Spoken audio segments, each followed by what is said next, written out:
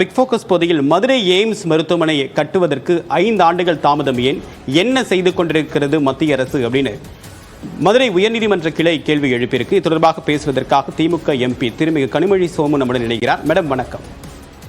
வணக்கம். 5 ஆண்டுகள் தாமதம் ஏன் அப்படின்னு மதுரை உயர்நீதிமன்ற கிளை மத்திய அரசை பார்த்து கேள்வி எழுப்பியிருக்கு. இந்த தாமதத்திற்கு வெவ்வேறு தருணங்கள்ல வெவ்வேறு காரணங்களை மத்திய அரசு சொல்லியிருக்கு. மாநில அரசு மீதும் குற்றச்சாட்டு இருந்தது. சம பொறுப்பு மாநில அரசுக்கும் இருக்கா இந்த விஷயத்துல? அனைவருக்கும் காலை வணக்கம். கிட்டத்தட்ட பாத்தீங்கன்னா இந்த மதுரை எய்ம்ஸ் 2015 வந்துட்டு சென்ட்ரல் கவர்மெண்டால அனௌன்ஸ் பண்ணப்பட்ட ஒரு ஸ்கீம். 2015 அனௌன்ஸ்மெண்ட் பண்ணி இருந்தாலும் 2016 நமக்கு கிட்டத்தட்ட நம்மளுடைய பாராளுமன்ற நம்மளுடைய ஸ்டேட் எலெக்ஷன் நடந்தது. அதுக்கப்புறமே பாத்தீங்கன்னா அண்ணா திராவிட முன்னேற்ற கழகம் இவங்களோட தான் கூட்டணியிலையும் இருந்தாங்க.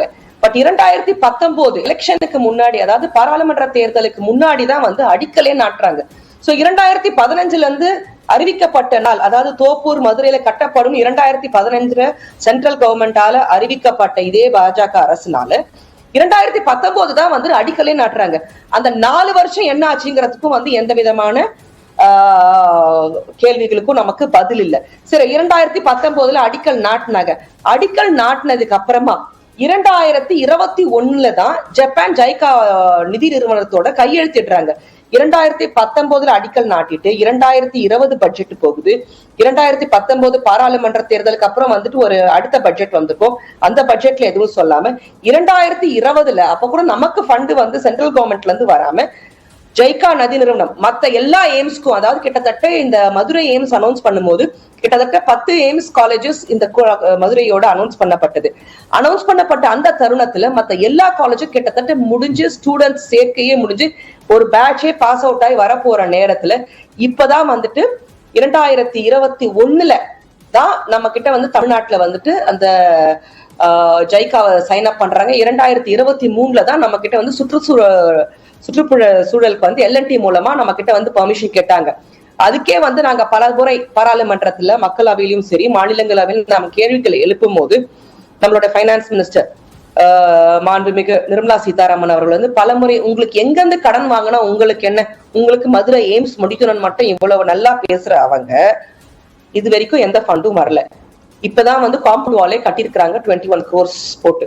இதுல சென்ட்ரல் கவர்மெண்ட்ல இருந்து, இதுல இருந்து ஜைகால இருந்து எய்ம்ஸ்க்கு வர வேண்டியது 82% ஜைகாவும் 18% சென்ட்ரல் கவர்மெண்ட்ல இருந்து.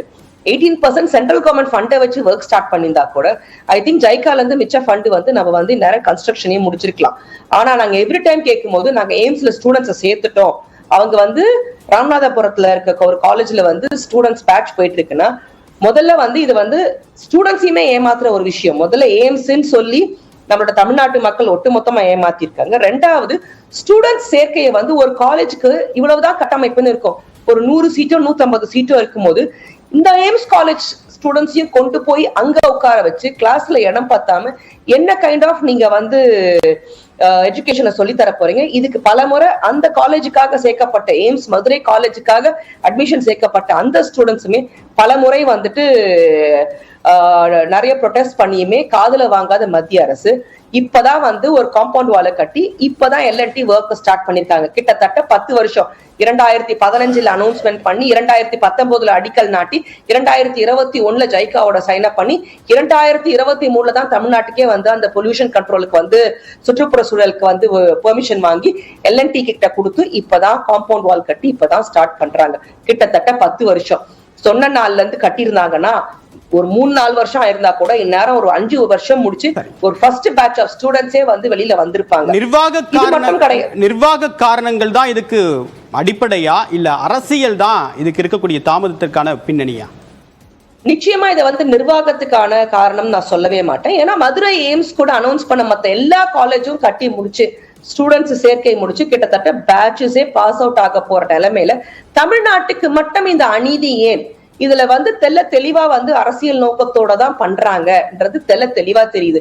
ஏன்னா கடந்த 2 நாடாளுமன்ற தேர்தலுமே வந்துட்டு பாஜக வந்து எதிர்பார்த்த அளவு கணிசமான ஓட்டு வங்கி இங்க வாங்க முடியல. அவங்களால ஒரு சீட்டை கூட வந்து சட்டமன்ற தேர்தலையுமே வந்துட்டு இப்பதான் வின் பண்ணிருக்காங்க. அந்த டைம்லயும் வந்து அவங்க எதிர்பார்த்த சீட்ஸ் வரல. இந்த வாட்டி நாடாளுமன்ற தேர்தலையும் சுத்தமா அவங்களுக்கு வந்து வாஷ் அவுட் ஆயிருக்கிறதுன்றதுதான் வந்துட்டு நிதர்சனமான உண்மை.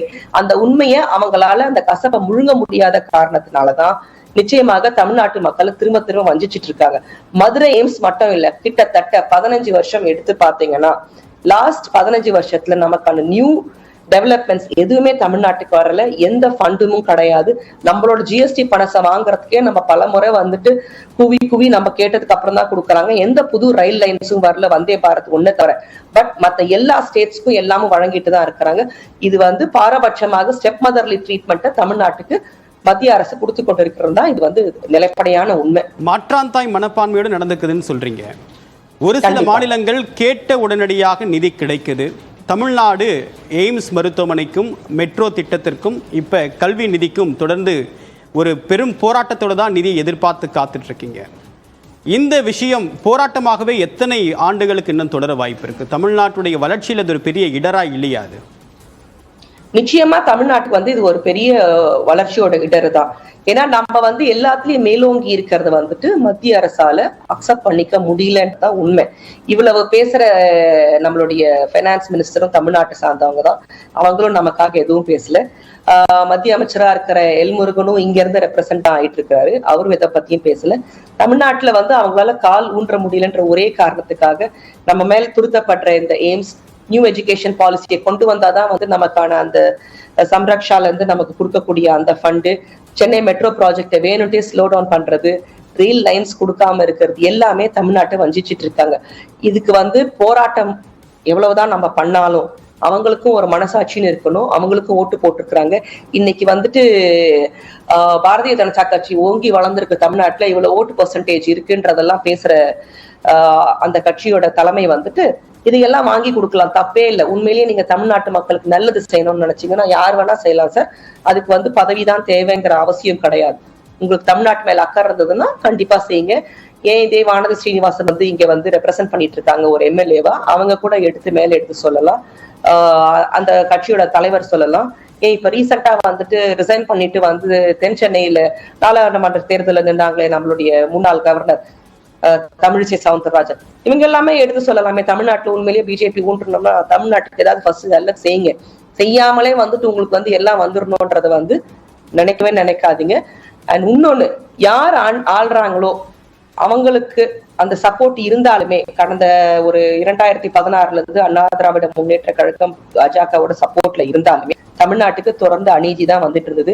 நீட்டு எப்படி கொண்டு வந்து உள்ள வந்தாங்கன்னு உங்களுக்கு தெரியும்.